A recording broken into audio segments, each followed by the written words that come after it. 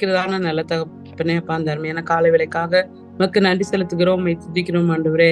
கடந்த நாட்கள்லாம் நீர் எங்க கூட இருந்து கண்மணி போல பாதுகாத்து ஆண்டவரே, இந்த நாளிலும் கூட உம்முடைய பாதப்படியிலே நாங்கள் அமர்ந்து உம்முடைய வசனத்தை கேட்கும்படியாய் நீர் கொடுத்த நல்ல சிலாக்கியத்துக்காக, கிருபையின் வேலைக்காக உமக்கு நன்றி செலுத்துகிறோம், உம்மை துதிக்கிறோம் அப்பா. இந்த வேளையிலும் கூட கர்த்தாவே, இந்த வசனங்களை தியானிக்கும் போது உங்களுடைய வாழ்க்கையிலே நாங்கள் என்னென்ன காரியங்கள் எல்லாம் ஆண்டவரே கற்றுக்கொள்ள வேண்டுமோ, கடைபிடிக்க வேண்டுமோ, அதை கடைபிடித்து ஆண்டவரே முடிவிலே உம்முடைய ராஜ்யத்துல வந்து சேருகிற பிள்ளைகளாக எங்களை ஒவ்வொருவரையும் நீர் மாற்ற முடியாது ஜெபிக்கிறோம்ப்பா. இந்த நேரம் எங்களுக்கு ஆசீர்வாதமா இருக்க உதவி செய்யும். இயேசு கிறிஸ்துவின் நாமத்தில் ஜெபிக்கிற நல்ல பிதாவே, ஆமென். இன்னைக்கு வந்து நம்ம ஏசாயா 13ஆம் அதிகாரத்தை நம்ம தியானிக்க போறோம். ಇವತ್ತು ನಾವು ಏಸಾಯ 13ನೇ ಅಧ್ಯಾಯವನ್ನು ಧ್ಯಾನ ಮಾಡ್ಲಿಕ್ಕಿದ್ದೇವೆ. இந்த அதிகாரத்துல பாத்தீங்கன்னா பாபிலோன் மேல் கர்த்தருடைய தீர்ப்பு, நியாய தீர்ப்பு வருகிறத குறித்து இந்த அதிகாரத்துல சொல்லப்பட்டிருக்கு. ಈ ಒಂದು ಅಧ್ಯಾಯದಲ್ಲಿ ನೋಡಬೇಕಾದ್ರೆ ಬಾಬೆಲಿನ ಒಂದು ಸಲುವಾಗಿ ದೇವರ ಒಂದು ನ್ಯಾಯ ತೀರ್ಪಾಗಿದೆ. இந்த உலகத்துல நம்ம பார்த்தோம்னு சொன்னா எல்லா தீய அரசாங்கமும் இதுவரை ஒவ்வொரு பொல்லாதவர்களும் கர்த்தரால் வர இருக்கும் தீர்ப்பை அவங்க எதிர்கொள்வாங்க. ಇದರಲ್ಲಿ ನಾವು ನೋಡ್ಬೇಕಾದ್ರೆ ಅನೇಕ ಒಂದು ರಾಜರುಗಳು, ಅದಾವುದು ದೇವರಿಗೆ ವಿರೋಧವಾದ ರಾಜರುಗಳು ಅವ್ರಿಗೆ ಬರುವಂತ ಒಂದು ನ್ಯಾಯ ತೀರ್ಪು ಅವರು காணுವಂತவರಾಗಿದ್ದಾರೆ. ஒரு மனுஷன் வந்து அது யாரா இருந்தாலும் சரி, ஒரு தலைவரா இருந்தாலும் சரி, சாதாரண ஒரு குடிமகனாக இருந்தாலும் சரி, ஒவ்வொருத்தரும் ஒரு நாள் கர்த்தருக்கு முன்பாக தான் செய்த காரியங்களுக்கெல்லாம் நம்ம கணக்கு காட்டணும். ಯಾರಾಗಿದ್ರೋ ದೇವರು ಒಂದು ನ್ಯಾಯ ತೀರ್ಪಿನಲ್ಲಿ ಸಾಧಾರಣ ಮನುಷ್ಯರಾಗಿದ್ರು, ಅರಸರಾಗಿದ್ರು, ದೇವರ ಮುಂದೆ ನಿಂತು ಅವರು ಅವರ ಲೆಕ್ಕವನ್ನು ಒಪ್ಪಿಸಬೇಕಾಗಿದೆ. அதனால ஆண்டவர் கொடுத்திருக்கிற ஒவ்வொரு சட்டத்துக்கும் மதிக்கவும் கீழ்ப்படியவும் நம்ம தவறுனா அதுக்கேற்ற தண்டனைய நமக்கு தீர்மானிக்கப்படும். ನಾವು ದೇವರು ಕೊಟ್ಟ ಆಜ್ಞೆಯನ್ನು ಮೀರಿದರೆ ನಾವು ಅದಕ್ಕೆ ಪ್ರತಿಫಲ ನಾವು ದೇವರ ಹತ್ರ ಹೊಂದಿಕೊಳ್ತೇವೆ. ஆண்டவர் வந்து நம்மகிட்ட என்னென்ன எதிர்பார்க்கிறாரு அப்படின்னு சொல்லி பாத்தீங்கன்னா, ದೇವರು ಬಂದು ನಮ್ಮ ಹತ್ರ ಏನೇನು ಎದುರು ನೋಡ್ತಾರೆ ಎಂಬುದಾಗಿ ನಾವು ನೋಡಿದರೆ, ஒவ்வொருத்தரும் ஆண்டவரை முழு இருதயத்தோட நேசிக்கணும், அவரை தொழுது கொள்ளணும், தன்னை ஆண்டவரை நேசிக்கிறது போல மற்றவங்களையும் நேசிக்கணும். அதான் ஆண்டவர் நம்மகிட்ட எதிர்பார்க்கணும். ದೇವರು ನಮ್ಮ ಹತ್ರ ಎದುರು ನೋಡೋದು ಏನಂದ್ರೆ ಅವರನ್ನು ಪ್ರೀತಿ ಮಾಡಬೇಕು, ಅವರನ್ನು ನಾವು ಆರಾಧನೆ ಮಾಡಬೇಕು, ಅದೇ ರೀತಿ ಮನುಷ್ಯರನ್ನು ಸದಾ ನಾವು ಪ್ರೀತಿ ಮಾಡಬೇಕೆಂಬುದೇ ನಮ್ಮ ಹತ್ರ ಎದುರು ನೋಡ್ತಾರೆ. தேவனுடைய அன்பை நம்ம தியானிக்கல அப்படின்னு சொன்னா கண்டிப்பா ஆண்டவருடைய நியாய தீர்ப்புல நம்ம ஒரு நாள் நிக்க வேண்டியது இருக்கும். ನಾವು ದೇವರ ಒಂದು ಪ್ರೀತಿಯನ್ನು ನಾವು ಹಂಚಿಲ್ಲ ಅಂದ್ರೆ ನಾವು ದೇವರ ಮುಂದೆ ನಾವು ನಿಲ್ಲಬೇಕಾಗ್ತಾವ. இந்த பகுதியில நம்ம பார்க்கும்போது தேவனுடைய நியாய தீர்ப்பு பாபிலோன் மேல விழுகிறத நம்ம வாசிக்கிறோம் இந்த 13ஆம் அதிகாரம் முழுவதும். ಈ 13ನೇ ಅಧ್ಯಾಯ ಪೂರ್ತಿ ನೋಡುವಾಗ ದೇವರ ಒಂದು ನ್ಯಾಯ ತೀರ್ಪು ಬಗ್ಗೆ, ಅದರಲ್ಲಿ ಬಾಬಿಲೋನ್ಗೆ ನ್ಯಾಯ ತೀರಿಸುವುದ ಬಗ್ಗೆ ಬರೆಯಲ್ಪಟ್ಟಿದೆ. ஏன்னா பாபிலோன் வந்து ஜீவனுள்ள உண்மையான தேவனை வந்து அவங்க வந்து தொழுது கொள்ளவில்லை. ಈ ಬಾಬಿಲೋನ್ ಬಂದು ನಿಜವಾದ ದೇವರನ್ನು ಆರಾಧನೆ ಮಾಡಿಲ್ಲ. அவங்க வந்து என்ன பண்ணாங்கன்னா, பாபிலோன்லாம் உங்களுக்கு தெரியும், தானியேல் வந்து அடிமையா இருந்தார் அந்த இடத்துல. அப்புறம் சாத்ராக், மிஷாக், அபேத்நேகோ அவங்க எல்லாம் அந்த ஊர்ல தான், பாபிலோன்ல தான் அடிமைகளாக அவங்க வாழ்ந்து கொண்டிருந்தாங்க. அந்த ஊர் தான் பாபிலோன். ಬಾಬಿಲೋನ್ ಅಂದ್ರೆ ನಿಮಗೆಲ್ಲರಿಗೂ ಗೊತ್ತಿರ್ಬೋದು. ದಾನಿಯೇಲ್, ಸಾದ್ರಾಕ್, ಮೇಷಕ್, ಅಬೇದ್ನೆಗೋ ಅವರು ಆ ಊರಲ್ಲಿ ಹೋಗಿ ಗುಲಾಮರಾಗಿ ಇದ್ದದ್ದನ್ನ ನೋಡ್ತೇವೆ. அதுல அங்க உள்ள பாவம் என்ன அப்படின்னு சொல்லி பாத்தீங்கன்னா, அந்த எல்லா மக்களையும் விட, தேசத்தையும் விட அவங்க வந்து தன்னைத்தானே உயர்த்தி ரொம்ப ஒரு பெருமையா இருக்கிறது தான் பாபிலோனுடைய ஒரு பெரிய பாவம். ಬಾಬಿಲೋನ್ ಅವ್ರು ಏನಂದ್ರೆ ಅವ್ರು ಬಂದು ತಮ್ಮನ್ನು ತಾವೇ ಹೆಚ್ಚಿಸ್ಕೊಳ್ಳೋದು, ಇನ್ನೊಬ್ಬರನ್ನು ತಗ್ಗಿಸೋದು, ಆ ಒಂದು ರೀತಿಯಾಗಿ ಅಲ್ಲಿ ನಡೀತಾ ಇತ್ತು. பாபிலோன்லதான் எல்லா பொல்லாத கெட்ட நடத்தைகள்லாம் உருவான ஒரு தேசம் தான் பாபிலோன். ಬಾಬಿಲೋನ್ ದೇಶದಲ್ಲಿ ಅನೇಕ ಒಂದು ಪಾಪದ ಕೃತ್ಯಗಳು ಮಾಡುವ ಒಂದು ದೇಶವಾಗಿದೆ. பாபிலோன் பாத்தீங்கன்னா அந்த அந்த நாட்கள்ல உலகத்தையே ஆளக்கூடிய ஒரு பெரிய தேசமா இருந்துச்சு. ಬಾಬಿಲೋನ್ ಬಂದು ಆ ಕಾಲದಲ್ಲಿ ಇಡೀ ಲೋಕವನ್ನೇ ಆಳ್ವಿಕೆ ಮಾಡುವ ಒಂದು ದೇಶವಾಗಿತ್ತು. நீங்க மனித வரலாற்றின் தொடக்கத்துல இருந்தே பாத்தீங்கன்னா அங்க வந்து ஆதியாகமம் 11ஆம் அதிகாரம் 9ஆம் வசனத்துல பாபேல் கோபுரத்தை பத்தி நம்ம படிக்கிறோம். அதுல ನೀವು ಆದಿಕಾಂಡ 11:9 ನೋಡಿದ್ರೆ ಇಡೀ ಸೃಷ್ಟಿಗೆ ಮುಂಚಿಂದೆ ಆ ಒಂದು ಬಾಬಿಲೋನ್ ಬಗ್ಗೆ ನಾವು 11:9 ನಾವು ನೋಡುತ್ತೇವೆ. அது பாபிலோன் கோபுரத்தை அவங்க கெட்டும் போது அது ஆண்டவருக்கு விருப்பப்படாத ஒரு காரியமா இருந்துச்சு. ಆ ಬಾಬೆಲ್ ಗೋಪುರ ಕಟ್ಟೋದು ದೇವರಿಗೆ ವಿರೋಧವಾದ ಕಾರ್ಯವಾಗಿತ್ತು. பாபிலோன் வந்து ஒரு பெரிய நகரம், ஆனா அது கர்த்தருக்கு எதிரான ஒரு பெருமையும் விரோதமான ஒரு நகரமா தான் அது இருந்தது அப்படின்னு சொல்லி பாபிலோனை பத்தி நம்ம படிக்கிறோம். ಈ ಬಾಬಿಲೋನ್ ಬಂದು ದೊಡ್ಡ ದೇಶವಾಗಿದೆ. ಅದು ಒಂದು ದೇವರಿಗೆ ವಿರೋಧವಾದ ಒಂದು ಪಾಪದ ಕೆಲಸ ಮಾಡೋ ಒಂದು ದೇಶವಾಗಿದೆ. அது வந்து எப்படி அழிக்கப்படுது அப்படின்னு தான் ஏசாயா வந்து இந்த அதிகாரத்துல இத பத்தி சொல்லியிருக்கிறார், அந்த அழிவை பத்தி. ಅದು ಯಾವ ರೀತಿ ಅಂತ್ಯವಾಗ್ತಾವ ನಾಶವಾಗ್ತಾವ ಎಂಬುದಾಗಿ ಏಷಾಯ ಈ ಅಧ್ಯಾಯದಲ್ಲಿ ಹೇಳಲ್ಪಟ್ಟಿದ್ದಾರೆ. 1-22 வசனம் அந்த பாபிலோன் அழிக்கப்படுவதை குறித்துதான் கர்த்தர் வந்து ஏசாயாவுக்கு முன்னாடியே எல்லாத்தையும் தெரிவிக்கிறார். ಇದರಲ್ಲಿ 1-22 ವಚನವರೆಗೆ ಏಷಾಯ ಅದು ಯಾವ ರೀತಿ ನಾಶವಾಗಿ ಹೋಗ್ತಾವೆಂಬುದ ಬಗ್ಗೆ ಇಲ್ಲಿ ಬರೆಯಲ್ಪಟ್ಟಿದೆ. ஏன்னா இது 1ஆம் வசனத்துல நீங்க பாத்தீங்கன்னா ஆமோத்சின் குமாரனாகிய ஏசாயா பாபிலோன் மேல் வர கண்ட பாரம் அது வந்து அவருக்கு துக்கமா இருந்துச்சு அப்படின்னு சொல்லிட்டு தான் அது பாரம் அப்படின்னு சொல்லி போடப்பட்டு. ಇದರಲ್ಲಿ 1ನೇ ವಚನ ನೋಡಿದ್ರೆ ಆಮೋಚನ ಮಗನಾದ ಏಷಾಯನಿಗೆ ಬಾಬಿಲೋನ ವಿಷಯವಾಗಿ ಕಂಡು ಬಂದ ದೈವೋಕ್ತಿ ಎಂಬುದಾಗಿ ಇದರಲ್ಲಿ ಹೇಳಲ್ಪಟ್ಟಿದೆ. அது அவரது அந்த அந்த அழிவு வந்து ஏசாயாவுக்கு துக்கமா இருந்தது. ಆ ಒಂದು ನಾಶ ಒಂದು ಏಷಾಯಗೆ ತುಂಬಾ ದುಃಖವಾಗಿತ್ತು. ஏன்னா அது வந்து ஒரு நியாய தீர்ப்பா இருந்ததுனால மக்கள்லாம் அழிக்கப்பட்டு போயிடுவாங்களே அப்படின்னு சொல்லிட்டு அவருக்கு ரொம்ப துக்கமான ஒரு காரியமா இருந்துச்சு. ಅದು ಒಂದು ನ್ಯಾಯ ತೀರಿಸುವ ಒಂದು ದಿನವಾಗಿರೋದ್ರಿಂದ ಜನರೆಲ್ಲ ನಾಶವಾಗಿ ಹೋಗ್ತಾರೆಲ್ಲ ಎಂಬುದಾಗಿ ಏಷಾಯಕ್ಕೆ ತುಂಬಾ ದುಃಖವಾಗಿತ್ತು. அதனால அவர் என்ன நினைக்கிறாருன்னா மனம் திரும்பும்படி நிறைய தடவை எச்சரிக்கிறாரு ஏசாயா. ಅವರು ಏನ್ ನೆನೆಸ್ತಾರೆ ಅಂದ್ರೆ ಈ ಜನರೆಲ್ಲ ಮನ ತಿರುಗಬೇಕು ಎಂಬುದಾಗಿ ನೆನೆಸ್ತಾ ಇದ್ದಾರೆ. இந்த அதிகாரத்துல சொல்லப்பட்ட சம்பவம் வந்து வெறும் பாபிலோனியர்களுக்கு மட்டும் இல்லாம யூதா எருசலேம் மக்களுக்கு கூட ஒரு ಎಚ್ಚರಿಕೆಯಾಗ இருந்தது. ಈ ಒಂದು ಅಧ್ಯಾಯದಲ್ಲಿ ಬರೆಯಲ್ಪಟ್ಟಿರೋ ವಾಕ್ಯ ಬರೀ ಬಾಬಿಲೋನರಿಗೆ ಮಾತ್ರ ಅಲ್ಲ, ಯೂದೆಯರು ಮತ್ತು ಯೆರೂಸಲೇಮಿಯರಿಗೆ ಸದಾ ಎಚ್ಚರಿಕೆ ಮಾತಾಗಿದೆ.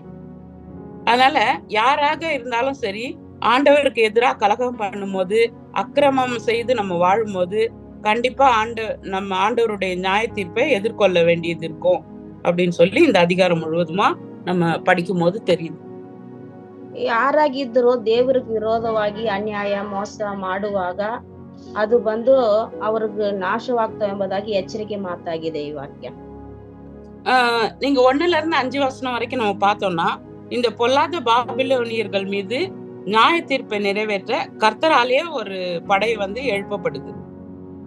ಇಲ್ಲಿ 1-5 ವಚನ ನೋಡಬೇಕಾದರೆ ಈ ಒಂದು ಅನೀತಿವಾದ ಬಾಬಿಲೋನ್ ಅವ್ರಿಗೆ ನ್ಯಾಯ ತೀರಿಸುವ ಒಂದು ಜನಾಂಗವನ್ನು ಎಬ್ಬಿಸಲ್ಪಡ್ತಾ ಇದೆ. ஆண்டவராலேயே ஏற்படுத்தப்படுது. அது தேவரிந்தலே ஏற்படுத்தலாಗಿದೆ. அதுதான் நம்ம வசனம் 17ஆம் வசனத்துல நம்ம வந்து வாசிக்கிறோம். 17ನೇ ವಚನದಲ್ಲಿ ನಾವು ಓದ್ತೇವೆ. இதெல்லாம் வந்து நடந்தது எப்போ அப்படின்னு சொல்லி பாத்தீங்கன்னா கிறிஸ்துவுக்கு முன்னாடி, அதாவது இயேசு கிறிஸ்து பிறக்கிறதுக்கு முன்னாடி நடந்த ஒரு சம்பவம். ಇದು ಯಾವಾಗ ನಡೀತು ಅಂದ್ರೆ ಯೇಸು ಕ್ರಿಸ್ತು ಹುಟ್ಟೋಕೆ ಮುಂಚೆ ನಡೆದ ಒಂದು ಘಟನೆಯಾಗಿದೆ. நீங்க இஸ்ரவேல் ராஜாக்களுடைய வாழ்க்கையில கூட நீங்க பாத்தீங்கன்னா அவங்க ஆண்டவரை விட்டு தூரம் போகும்போது ஆண்டவர் வந்து அவங்களுக்கு எதிரான ஒரு ராஜாவை எழுப்புவார். அதே போல இங்கேயும் வந்து மேதியரை ஆண்டவர் வந்து பாபிலோனியர்களுக்கு விரோதமாக எழுப்புறார். ನೀವು ಇಸ್ರೇಲ್ ಜನರು ಕೂಡ ದೇವರಿಗೆ ವಿರೋಧವಾಗಿ ಪಾಪ ಮಾಡಿ ಹೋಗುವಾಗ ಅವ್ರಿಗೆ ವಿರೋಧವಾಗಿ ರಾಜರನ್ನು ಎಬ್ಬಿಸ್ತಾರೆ. ಅದೇ ತರ ಇಲ್ಲಿ ಕೂಡ ಈ ಬಾಬಿಲೋನ್ ಅವ್ರಿಗೆ ಮಿದ್ಯಾರನ್ನು ದೇವರು ಎಬ್ಬಿಸ್ತಾ ಇದ್ದಾರೆ. ஆஹ் அது மட்டும் இல்லாம நிறைய வேற வேற தேசங்கள்லாம் கூட சேர்ந்தது அப்படின்னு சொல்லி 4ஆம் வசனத்துல நம்ம வாசிக்கிறோம். ಇದರಲ್ಲಿ ನೋಡ್ಬೇಕಾದ್ರೆ ಅನೇಕ ರಾಜ್ಯಗಳು ಅನೇಕ ರಾಜರುಗಳು ಕೂಡ ಇವರ ಜೊತೆಗೆ ಸೇರ್ಕೊಂಡ್ರು ಎಂಬುದಾಗಿ ನೋಡುತ್ತೇವೆ. அந்த மேதியருடைய படைகள் ரொம்ப வலிமையான படைகள். ಆ ಒಂದು ಮೇದ್ಯರ ಒಂದು ಸೈನ್ಯ ತುಂಬಾ ಬಲವಾದದ್ದು ಒಂದು ಸೇನೆಯಾಗಿದೆ. அவங்க அந்த பாபிலோன் நாடு முழுவதையும் அவங்க அழித்து போடுவாங்க. அந்த அப்படிப்பட்டதான வல்லமை உடையவர்களாக ஆண்டவர் மேதியரை எழுப்பியிருந்தார். ಆ ಒಂದು ಸೈನ್ಯವನ್ನು ಆ ಒಂದು ಜನಾಂಗವನ್ನು ಎಲ್ಲ ನಾಶಪಡಿಸಲಿಕ್ಕೆ ಸಾಧ್ಯವಾಗುವಷ್ಟು ಒಂದು ಪಡೆಯನ್ನು ಒಂದು ಸೈನ್ಯವನ್ನು ದೇವರು ಎಬ್ಬಿಸಿದ್ದಾರೆ. 6ல இருந்து 16ஆம் வசனம் வரைக்கும் நம்ம பார்க்கும்போது 6ல இருந்து 11 வசனம் வரைக்கும் ನೋಡುವಾಗ அவருடைய பயங்கரமான தீர்ப்பு இந்த வசனங்கள்ல படிக்கும் போது எவ்வளவு ஒரு பயங்கரமா அந்த தீர்ப்பெல்லாம் இருக்கு அப்படின்னு சொல்லி இந்த வசனங்கள்ல நம்ம வாசிக்கணும். நீங்க மெதுவா ஒரு வசனமா வாசித்து பாத்தீங்கன்னா உங்களுக்கு நல்லா புரியும். ಇದರಲ್ಲಿ ದೇವರು ತೀರಿಸುವ ನ್ಯಾಯದ ಬಗ್ಗೆ ಇದೆ. ಒಂದು ವಚನವಾಗಿ ಓದಿದ್ರೆ ನಿಮಗೆ ಅದರಲ್ಲಿ ಅರ್ಥ ಆಗ್ತಾವೆ ಅವರ ತೀರ್ಪು ಯಾವ ರೀತಿ ಇರ್ತಾವೆ ಎಂಬುದಾಗಿ. இதுல 3 இடத்துல கர்த்தரின் நாள் அப்படின்னு சொல்லிட்டு சொல்லப்பட்டிருக்குது. ಇದರಲ್ಲಿ ನೀವು ನೋಡುವಾಗ 3 ಸ್ಥಳಗಳಲ್ಲಿ ಯೆಹೋವನ ದಿನವು ಎಂಬುದಾಗಿ ಬರೆಯಲ್ಪಟ್ಟಿದೆ. 13ஆம் அதிகாரம் 6ஆம் வசனம் 9ஆம் வசனம் 13ஆம் வசனம். ಇದರಲ್ಲಿ 9 13 6 6ஆம் வசனம் 9ஆம் வசனம் 13ஆம் வசனம். 6ನೇ ವಚನ ಮತ್ತು 9ನೇ ವಚನ ಮತ್ತು 13ನೇ ವಚನದಲ್ಲಿ ಇದೆ. இந்த நியாய தீர்ப்பின் காலத்தை ஒரு பெண்ணுடைய பிரசவ வலிக்கு ஒப்பிடப்பட்டு சொல்லப்பட்டிருக்குது. ಈ ಒಂದು ನ್ಯಾಯ ತೀರ್ಪಿನ ದಿನ ಬಂದು ಒಂದು ಹೆಂಗಸರನ್ನ ಒಂದು ಹೆರಿಗೆ ದಿನಕ್ಕೂ ಹೋಲಿಕೆ ಆಗಿದೆ. நீங்க 8ஆம் வசனம் படிச்சீங்கன்னா அதுல தெரியும். 8ನೇ ವಚನದಲ್ಲಿ ಓದಿದ್ರೆ ನಿಮಗೆ ಗೊತ್ತಾಗ್ತಾವೆ. அதனால இதெல்லாம் இந்த கர்த்தருடைய நாள்லாம் வருது இல்லையா, இது வெறும் பாபிலோனுக்கு மட்டும் இல்ல, இந்த கடைசி நாட்கள்ல நமக்கு கூட இப்படிப்பட்டதான நாட்கள் வர்றதுக்கு காத்திருக்குது. ಇದು ಯೆಹೋವನ ದಿನವನ್ನು ಬರೆಯಲ್ಪಟ್ಟಿದೆಲ್ಲ. ಇದು ಆ ಕಾಲಕ್ಕೆ ಮಾತ್ರವಲ್ಲ, ಇವಾಗಲೂ ನಮಗೂ ಈ ದಿನಗಳಲ್ಲಿ ನಡೆಯುವ ಒಂದು ಕಾರ್ಯವಾಗಿದೆ. நீங்க மத்தேயு 24ஆம் அதிகாரம் முழுசும் நீங்க படிச்சீங்கன்னா அதுல 1ல இருந்து 31 வசனம் நீங்க படிச்சீங்கன்னா, மத்தேயு 24 1ல இருந்து 31 வசனம் நீங்க படிச்சீங்கன்னா அதாவது நமக்கு இப்ப நம்ம வாழ்றோம் இல்லையா, நமக்கு ஒரு கர்த்தருடைய நாள் சீக்கிரமா வரப்போகுது. ನೀವು ಮತ್ತೇಯು 24ನೇ ಅಧ್ಯಾಯ 1ರಿಂದ 31 ವಚನ ಓದುವಾಗ ಅದರಲ್ಲಿ ಇವಾಗ ನಾವಿದೀವಲ್ಲ, ನಮ್ಮ ಒಂದು ಜೀವಿತದಲ್ಲಿ ಮುಂದೆ ನಡೆಯೋ ಒಂದು ಸಂಭವ ಬಗ್ಗೆ ಅದರಲ್ಲಿ ಬರೆಯಲ್ಪಟ್ಟಿದೆ. கர்த்தருடைய நாள், அந்த நாள் அதாவது ஏசாயா நினைச்ச இந்த தீங்கு வரும்னு நினைச்ச அந்த நாள் வந்த போது பாபிலோனியர்கள்லாம் என்ன பண்ணாங்களாம், ரொம்ப அவங்க கதறி கூச்சலிட்டாங்களாம். அதே போல இந்த ஆண்டவருடைய நாள் வரும்போதும் ஆண்டவரை அறியாத ஜனங்களும் ஆண்டவருடைய வார்த்தைக்கு கீழ்ப்படியாதவர்களும் அதே சம்பவங்க தான் அந்த கடைசி நாட்கள்லயும் நடக்கும் அப்படின்றத நம்ம இந்த மத்தேயு படிக்கும் போது நமக்கு தெரியும். ಬಾಬಿಲೋನಲ್ಲಿ ಬರೆಯಲ್ಪಟ್ಟಿದ್ದ ಒಂದು ವಚನದ ಪ್ರಕಾರ ಆ ಸಂಭವ ನಡೀತು. ಆವಾಗ ಆ ಬಾಬಿಲೋನರೆಲ್ಲ ತುಂಬಾ ಕಿರ್ಚಾಡಿ ಕೂಗಾಡಿ ಕಷ್ಟ ಪಡ್ತಾ ಇದ್ದರು. ಅದೇ ರೀತಿ ಇವಾಗ ಮತ್ತೇಯು 24:1-31 ಕೂಡ ಈ ಮುಂದಿನ ಒಂದು ದಿನಗಳಲ್ಲಿ ಬರುವುದು. ಆವಾಗ ಅನ್ಯರು, ದೇವರಿಂದ ಕೈ ಬಿಡಲ್ಪಟ್ಟವರು, ದೇವ್ರಿಗೆ ವಿರೋಧವಾದ ಪಾಪ ಮಾಡಿದ್ರು ಎಲ್ಲರೂ ಆವಾಗ್ಲೂ ಇದೇ ತರ ಕೂಗಾಡಿ ಕಿರ್ಚಾಡಿ ದೇವ್ರಿಗೆ ಮೊರೆ ಇಡುವರು ಎಂಬುದಾಗಿ ಅದರಲ್ಲಿ ಓದಿದ್ರೆ ಗೊತ್ತಾಗ್ತಾವ. கர்த்தருடைய நியாய தீர்ப்பு வர்றதை யாராலையும் தடுக்கவும் முடியாது, அதை தாங்கிக் கொள்ளவும் முடியாது. அந்த அளவுக்கு பயங்கரமான நாட்களாக இருக்கும். ದೇವರು ಒಂದು ದಿನವು ಬರುವಾಗ ಅದು ಯಾರು ತಡೆಗಟ್ಟಕ್ ಆಗೋದಿಲ್ಲ, ಬರೋದನ್ನು ಅದನ್ನ ನಿಲ್ಲಿಸೋಕ್ ಆಗಲ್ಲ. ಅದು ಆ ರೀತಿ ಭಯಂಕರವಾಗಿರ್ತಾವ. இந்த தீர்க்க தரிசனம் பாபிலோனுக்கும் பொருந்தும், கடைசி நாட்கள்ல வரப்போகிற ஆண்டவருடைய வருகைக்கு பிறகும் உள்ள நாட்களுக்கும் அது பொருந்தும் அப்படின்னு சொல்லி நம்ம பாக்குறோம். ಈ ಒಂದು ಪ್ರವಾದನೆ ಮಾತು ಬಂದು ಆ ಕಾಲದಲ್ಲಿ ಬಾಬಿಲೋನಗಾಗಲಿ ಇವಾಗ ಯೇಸು ಕ್ರಿಸ್ತನ ಬರೋಣಗಳಲ್ಲಿ ಕೂಡ ಈ ಒಂದು ಮಾತು ಅದ್ರಿಗೆ ಸೆಟ್ ಆಗ್ತಾವ. 7ஆம் வசனம் 8ஆம் வசனம் நம்ம படிக்கும்போது கர்த்தருடைய நாள் தாக்கும் போது அது பயங்கரத்தின் காலமாக இருக்கும் அப்படின்னு சொல்லி அந்த வசனத்துல நம்ம பாக்குறோம். 8ನೇ ವಾಕ್ಯ ನಾವು ನೋಡುವಾಗ ಯೆಹೋವನ ದಿನವು ಬರುವಾಗ ಆ ದಿನವು ತುಂಬಾ ಸಂಕಟವು ಹಿಂಸೆಯೂ ಆಗುತ್ತೆ ಎಂಬುದಾಗಿ ನೋಡುತ್ತೇವೆ. எல்லாருடைய கைகளும் நெகிழ்ந்து போகுமா? மனுஷருடைய இருதயம் கரைந்து போகுமா? ಎಲ್ಲಾರುடைய ಕೈಗಳು ಜೋಲು ಬಿದ್ದು ಹೋಗ್ತಾವು ಎಂಬುದಾಗಿದೆ. மனுஷருடைய இருதயம் கரைந்து போயிடும். ಮನುಷ್ಯರ ಒಂದು ಹೃದಯ ಒಂದು ಕರಗಿ ಹೋಗ್ತಾವೆ. அப்புறம் கர்த்தருடைய நாள் மற்றும் கோபம் வந்து ரொம்ப அவருடைய கோபத்தின் நாட்களாக அது இருக்கும் அப்படின்னு சொல்லிட்டு 9ஆம் வசனத்துல நம்ம வாசிக்கிறோம். ಯೆಹೋವನ ದಿನವು ಬಂದು ಅದು ತುಂಬಾ ಕೋಪದ ದಿನವಾಗಿದೆ, ಭೂಮಿಯಲ್ಲಿ ಇರುವವರಿಗೆ ತುಂಬಾ ಅದು ನಿರ್ಮೂಲವಾಗುವ ಒಂದು ದಿನವಾಗಿದೆ. அதான் 9ஆம் வசனத்துல கடைசியில நம்ம வாசிக்கிறோம், கர்த்தருடைய நாள் கடூரமும் மூர்க்கமும் உக்கிர கோபமுமாய் வருகிறது அப்படின்னு சொல்லி வாசிக்கிறோம் நம்ம. ಅದೇ 9ನೇ ವಚನದಲ್ಲಿ ಇದಾವು, ಯೆಹೋವನ ದಿನವು ಬರುತ್ತದೆ, ಅದು ಭೂಮಿಯನ್ನು ಹಾಳು ಮಾಡಿ ಪಾಪಿಗಳನ್ನು ನಿರ್ಮೂಲನ ಪಡಿಸುವುದಾಗಿದೆ ಎಂಬುದಾಗಿ ನಾವು ನೋಡ್ಕೊಳ್ತೇವೆ. அப்புறம் நம்ம 10ஆம் வசனத்துல என்ன வாசிக்கிறோம் அப்படின்னா, கர்த்தருடைய நாள்ல சில மாற்றங்கள்லாம் உண்டாகும். சூரியன், சந்திரன், நட்சத்திரம் இதெல்லாம் வந்து வானம் இதெல்லாம் இருண்டு விடும்.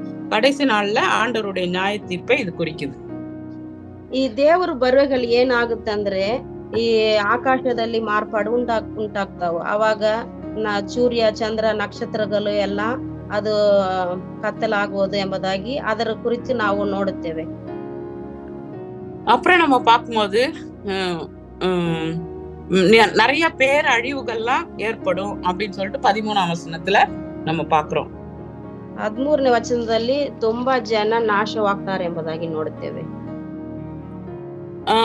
இப்படி ஆண்டவருடைய கர்த்தருடைய நாள்ல இதெல்லாம் நடக்கும் அப்படின்னு சொல்லி ஏசாயா வந்து பாபிலோனை பத்தி சொல்ற இந்த காரியங்கள் தான் புதிய ஏற்பாட்டுல நீங்க பாத்தீங்கன்னா கர்த்தருடைய நாள் வரும்போதும் இப்படிப்பட்டதான பயங்கரமான சம்பவங்கள்லாம் நடைபெறும் அப்படின்னு சொல்லி நம்ம மத்தேயிலையும் வாசிக்கிறோம். 2 பேதுரு 3ஆம் அதிகாரம் 1ல 12 வசனம் நீங்க பாத்தீங்கன்னா அதுலயும் நம்ம வாசிக்கிறோம்.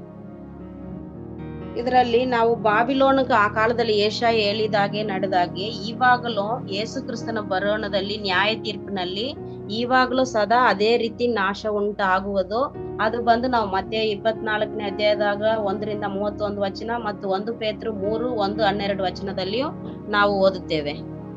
இப்போ நீங்க 16ஆம் வசனம் பாத்தீங்கன்னா அதுல வந்து போட்டிருக்கு, மக்கள் வந்து என்ன செய்வாங்களா, தங்களை பாதுகாக்க அவங்க வந்து ஓடி போவாங்க, குழந்தைங்க, மனைவிகள் எல்லாரும் கொல்லப்படுவாங்க அப்படின்னு சொல்லிட்டு பயங்கரமான அந்த இதெல்லாம் போட்டிருக்குது இந்த 16ஆம் வசனத்துல. 16ನೇ ವಚನ ನೋಡಿದರೆ ಅದರಲ್ಲಿ ಮಕ್ಕಳನ್ನು ಮತ್ತು ತಾಯಂದಿರನ್ನು ಅವರೆಲ್ಲರನ್ನು ಕೊಲೆ ಮಾಡುವರು ಎಂಬುದಾಗಿ ಕೂಡ ಇದರಲ್ಲಿ ಬರೆಯಲ್ಪಟ್ಟಿದೆ.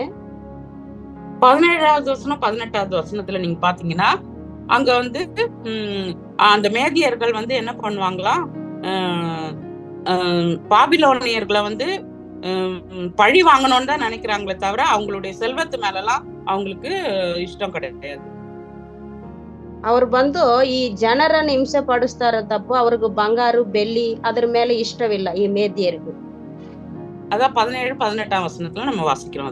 ಅದು 17 ಮತ್ತು 18ನೇ ವಚನದಲ್ಲಿ ನಾವು ಓದ್ತೇವೆ. அதனால அவங்களுக்கு வந்து ஆஸ்தி செல்வம் இதெல்லாம் வந்து 2வது காரியம் தான். ஏன்னா அவங்கள எப்படியாவது ஆண்டவர் முதல்ல பிளான் பண்ணியிருந்தாரு பாபிலோனியர்களை மேதியரை வச்சு அழிக்கணும்னு சொல்லி, அதனால அவங்க வந்து அழிக்கிறாங்க எல்லாரையும். ಇದು ದೇವರ ಚಿತ್ತವಾಗಿದೆ, ಈ ಬಾಬಿಲೋನರು ಮೇದ್ಯರೇ ಬಂದು ನಾಶಪಡಿಸಬೇಕು ಎಂಬುದಾಗಿ. ಆದ್ರಿಂದ ಅವ್ರಿಗೆ ಈ ಐಶ್ವರ್ಯ ಬೆಳ್ಳಿ ಬಂಗಾರ ಮೇಲೆ ಅವ್ರಿಗೆ ಇಷ್ಟ ಇಲ್ಲ.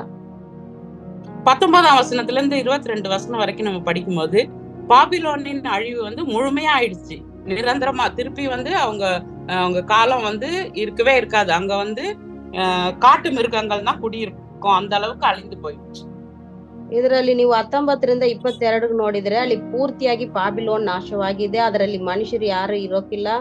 ಅದರ ಬದಲಾಗಿ ಎಲ್ಲ ಪ್ರಾಣಿಗಳು, ಕಾಡಿನ ಪ್ರಾಣಿಗಳು ಮಾತ್ರ ವಾಸವಾಡುತ್ತವೆ ಎಂಬುದಾಗಿ ಇದರಲ್ಲಿ ನಾವು ನೋಡುತ್ತೇವೆ. இந்த பாபிலோன் தேசம் எங்க இருந்துச்சுன்னு பாத்தீங்கன்னா இப்ப இருக்கிற ஈராக் தேசத்துல ஒரு பக்கத்துல பாபிலோன் இருக்குதான். இப்ப கூட அது வந்து காடு மாதிரிதான் இருக்குதான். காட்டு மிருகங்கள் தான் அங்க வாழுது அப்படின்னு சொல்லிட்டு சரித்திரம் சொல்லுது. ಈ ಬಾಬಿಲೋನ್ ದೇಶ ಎಲ್ಲಿದೆ ನೀವು ನೋಡಿದರೆ ಇವಾಗ ಇರಾನ್ ದೇಶ ಪಕ್ಕ ಒಂದು ಕಡೆ ಇದೆ. ಅಲ್ಲಿ ನೋಡಿದ್ರೆ ಇವಾಗಲೂ ಅಡವಿ ತರಾನೇ ಇದೆ. ಅಲ್ಲಿ ಬಂದು ಮನುಷ್ಯರೆಲ್ಲ ಬರೀ ಕಾಡು ಪ್ರಾಣಿಗಳು ಮಾತ್ರ ವಾಸ ಮಾಡ್ತವೆ. எப்படி சோதம் கொமோராவை ஆண்டவர் அழித்தாரோ, அதுல மக்கள் குடி இல்லாம இருக்கிறாங்களோ, அதே போல இப்பவும் அந்த பாபிலோன் தேசம் குடி இல்லாம இருக்கு. ಯಾವ ರೀತಿ ದೇವರು ಸೋದೋಮ್ ಕುಮಾರ ಪಟ್ಟಣವನ್ನು ನಾಶಪಡಿಸಿದರೋ ಅದೇ ರೀತಿ ಇವಾಗಲೂ ಈ ಬಾಬಿಲೋನ್ ಪಟ್ಟಣ ಅದೇ ರೀತಿಯಾಗಿದೆ. இந்த அதிகாரத்துல இருந்து நம்ம என்ன தெரிந்து கொள்றோம் அப்படின்னு சொல்லி பாத்தீங்கன்னா, ಈ ಅಧ್ಯಾಯದಲ್ಲಿ ನಾವೇನ್ ತಿಳ್ಕೊಂತೀವಿ ಅಂತ ನೋಡಿದ್ರೆ, இந்த உலகத்துல நம்ம வாழ்ற ஒவ்வொருத்தரும் ஒவ்வொரு இறுதி தீர்ப்பினால எல்லாருமே எதிர்கொள்ளணும். ನಾವು ಈ ಲೋಕದಲ್ಲಿ ಜೀವಿಸುವಾಗ ನಮ್ಮ ಒಂದು ನ್ಯಾಯ ತೀರ್ಪು ಕುರಿತಾಗಿ ನಾವು ನಮ್ಮ ಹೃದಯದಿಂದ ಆಲೋಚನೆ ಮಾಡಬೇಕು. அது எந்த நாடா இருக்கட்டும், அரசாங்கமா இருக்கட்டும், எந்த கலாச்சாரமா இருக்கட்டும், எந்த ஜாதியை சேர்ந்தவங்களா இருக்கட்டும், எந்த நகரமா இருக்கட்டும், மக்களா இருக்கட்டும், எல்லாருமே ஒரு நாள்ல தேவனை நம்ம எதிர்கொள்ளணும். ನಾವು ಯಾವ ಒಂದು ಜಾತಿ ಮತವಾಗಲಿ, ಯಾವ ಒಂದು ದೇಶವಾಗ್ಲಿ, ಯಾವ ಒಂದು ಅರಸರಾಗ್ಲಿ, ಯಾರಾಗಿದ್ದರೂ ನಾವು ಒಂದು ದಿನ ದೇವರ ಮುಂದೆ ನಾವು ನಿಲ್ಲಬೇಕಾಗಿದೆ. கர்த்தர் இந்த பூமியில நீதியை நிறைவேற்ற போறாரு. ದೇವರು ಈ ಭೂಮಿಯಲ್ಲಿ ನ್ಯಾಯವನ್ನು ತೀರ್ಪು ಮಾಡುತ್ತಾರೆ. அதனால நம்ம இந்த உலகத்துல வாழும்போது நம்முடைய ஒவ்வொரு எண்ணமும் சொல்லும் செயலும் கர்த்தருடைய பார்வையிலிருந்து தப்பவே முடியாது. ನಾವು ಒಂದೊಂದು ದಿನವೂ ದೇವರ ದೃಷ್ಟಿಯಲ್ಲಿ ನಮ್ಮ ಮಾತು, ನಡೆ, ನುಡಿ ಅದರಲ್ಲಿಂದ ನಾವು ತಪ್ಪಿಸ್ಕೊಳ್ಳಕ್ಕೆ ಆಗೋದಿಲ್ಲ. அவர் எல்லாத்தையும் பாக்குறாரு, எல்லாத்தையும் கேட்டுட்டே இருக்கிறாரு. ಅವರು ಬಂದು ನಮ್ಮನ್ನು ಎಲ್ಲವನ್ನು ನೋಡ್ತಾರೆ, ನಾವು ಮಾತಾಡೋದು ಎಲ್ಲವನ್ನು ಕೇಳ್ತಾ ಇರ್ತಾರೆ. எப்படி இந்த மெசேஜ் இங்க ரெக்கார்ட் பண்ணப்பட்டதோ அதே போல நம்முடைய ஒவ்வொரு வார்த்தைகளும், நம்ம செய்யற ஒவ்வொரு செயல்களும் ரெக்கார்ட் ஆயிட்டு. ನಾವು ಯಾವ ರೀತಿ ಒಂದು ವಾಕ್ಯ ಭಾಗ ರೆಕಾರ್ಡ್ ಆಗಿ ಇಡಲ್ಪಡ್ತಾವೋ ಅದೇ ರೀತಿ ನಾವು ಮಾತಾಡುವ ಮಾತುಗಳು, ನಾವು ಮಾಡುವ ಕೃತ್ಯಗಳು ಕೂಡ ರೆಕಾರ್ಡ್ ಆಗಿ ದೇವರ ಮುಂದೆ ಇಡಲ್ಪಟ್ಟಿದೆ. அப்படிதான் வேதம் நமக்கு சொல்லுகிறது. ಇದೇ ರೀತಿಯಾಗಿ ನಮ್ಗೆ ದೇವರ ವಾಕ್ಯ ಹೇಳ್ತಾ ಇದೆ. மத்தேயு 12ஆம் அதிகாரம் 36ஆம் வசனம் பாத்தீங்கன்னா, நம்ம பேசுற ஒவ்வொரு வார்த்தைகளுக்கும் கணக்கு கொடுக்கணுமா. ಮತ್ತೇಯು 12:36 ವಾಕ್ಯ ನೋಡಿದರೆ ನಾವು ಮಾತಾಡುವ ಒಂದೊಂದು ಮಾತಿಗೆ ಸದಾ ನಾವು ಲೆಕ್ಕ ಕೊಡಬೇಕಾಗಿದೆ. 2 கொரிந்தியர் 10ஆம் அதிகாரம் 3-5 வசனம் பாத்தீங்கன்னா, நம்ம நினைக்கிற ஒவ்வொரு எண்ணங்களுக்கும் கணக்கு கொடுக்கணுமா. 1 ಕೊರಿಂಥಿಯ 10:3-5 ವಚನ ನೋಡಿದರೆ ನಾವು ನೆನೆಸೋ ಒಂದು ನೆನಪುಕ್ಕಾಗಿ ಕೂಡ ನಾವು ಲೆಕ್ಕ ಕೊಡಬೇಕಾಗಿದೆ ದೇವರಿಗೂ. அதனால இந்த உலகத்துல நம்ம வாழும் போது ரொம்ப ஜாக்கிரதையா பேசணும், வாழணும். ನಾವು ಲೋಕದಲ್ಲಿ ಜೀವಿಸುವಾಗ ನಾವು ಜಾಗೃತಿಯಾಗಿ ಮಾತಾಡಬೇಕು, ಜಾಗೃತಿಯಾಗಿ ನಾವು ಜೀವಿಸಬೇಕು. ஒரு 2 கொரிந்தியர் 5ஆம் அதிகாரம் 10ஆம் வசனத்துல நீங்க பாத்தீங்கன்னா, நம்ம அனைவரும் ஒரு நாள்ல நியாயாசனத்துக்கு முன்பதாக நம்ம நிக்கணும் அப்படின்னு சொல்லி வேதம் சொல்லுது. 2 ಕೊರಿಂಥಿಯ 5ನೇ ಅಧ್ಯಾಯ 10ನೇ ವಚನದಾಗ ನೋಡಬೇಕಾದ್ರೆ ನಾವು ಪ್ರತಿ ಒಬ್ಬರು ದೇವರ ಮುಂದೆ ನ್ಯಾಯಸ್ಥಾನದಲ್ಲಿ ನಾವು ನಿಲ್ಲಬೇಕಾಗಿದೆ. யாருமே தப்ப முடியாது. இந்த உலகத்துல பிறந்த ஒவ்வொரு மனுஷனும் நிக்கணும்.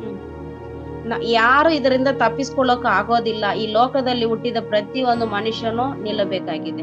நீங்க டைம் இருக்கும்போது படிச்சு பாருங்க. வெளிப்படுத்தல் 20ஆம் அதிகாரம் 11-15 வசனம்.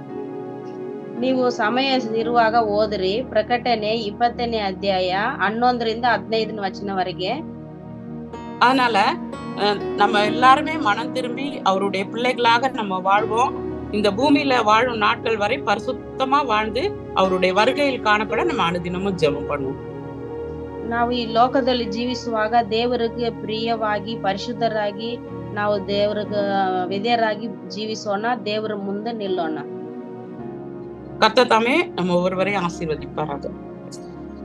ದೇವರು ಈ ವಾಕ್ಯವನ್ನು ನಮ್ಮನ್ನು ಪ್ರತಿಯೊಬ್ಬರನ್ನು ಆಶೀರ್ವಾದ ಮಾಡಲಿ. ஜெபம் பண்ணலாம்.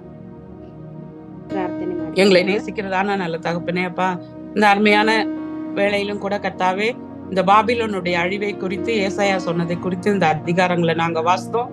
இது ஆண்டவரே ஒருவேளை பாபிலோனுக்கு மட்டும் இல்லாம எங்களுடைய வாழ்க்கையிலும் கூட கர்த்தாவே, நாங்கள் ஒவ்வொரு நாளும் இந்த காரியங்களுக்கெல்லாம் எச்சரிப்பா இருந்து இந்த உலகத்துல நாங்கள் வாழும்போது எங்களுடைய எண்ணம், செய்கை, செயல் எல்லாமே ஆண்டவரே அப்பா, நாங்க ஜாக்கிரதை உள்ளவர்களாக வாழ எல்லாமே உங்களுடைய சமூகத்துல கர்த்தாவே பதிவிடப்படுகிறது என்ற ஒரு நினைவோடு கூட கர்த்தாவே ஒவ்வொரு காரியங்களையும் நாங்கள் செய்ய உமக்கு மகிமையாக, சாட்சியாக, பரிசுத்தமாக இந்த உலகத்துல நாங்கள் வாழ்ந்து ஆண்டவரே உம்முடைய வருகையில காணப்படணும். எப்படியாவது உம்முடைய ராஜ்யத்துக்கு தகுதியுள்ள பிள்ளைகளா எங்களை ஒவ்வொருவரையும் நீர் மாற்றும்படியாய் ஜெபிக்கிறோம் ஆண்டவரே. இந்த வசனத்தை கேட்ட ஒவ்வொருவரும் கூட கர்த்தாவே ஆண்டவரே இந்த உலகத்துல வாழும்போது கர்த்தாவே பரிசுத்தமாக வாழ்ந்து எப்படியாவது முடிவு பரியந்தம் உண்மையில் நிலைத்திருக்க ஆண்டவரே உம்முடைய ராஜ்யத்துல காணப்பட ஒவ்வொருவரையும் நீர் ஆண்டவரே உபயோகப்படுத்தும்படியாய் ஜெபிக்கிறோம். ஒவ்வொருவரையும் நீர் தகுதிப்படுத்தும்படியாய் ஜெபிக்கிறோம். ஆண்டவரே கேட்ட ஒவ்வொருவரையும் ஆசீர்வதியும். எல்லா துதி கன மகிமையா உமக்கு ஒருவருக்கே செலுத்துகிறேன். இயேசு கிறிஸ்துவின் நாமத்தில் ஜெபிக்கிறேன் ஜீவனுள்ள நல்ல பிதாவே, ஆமென்.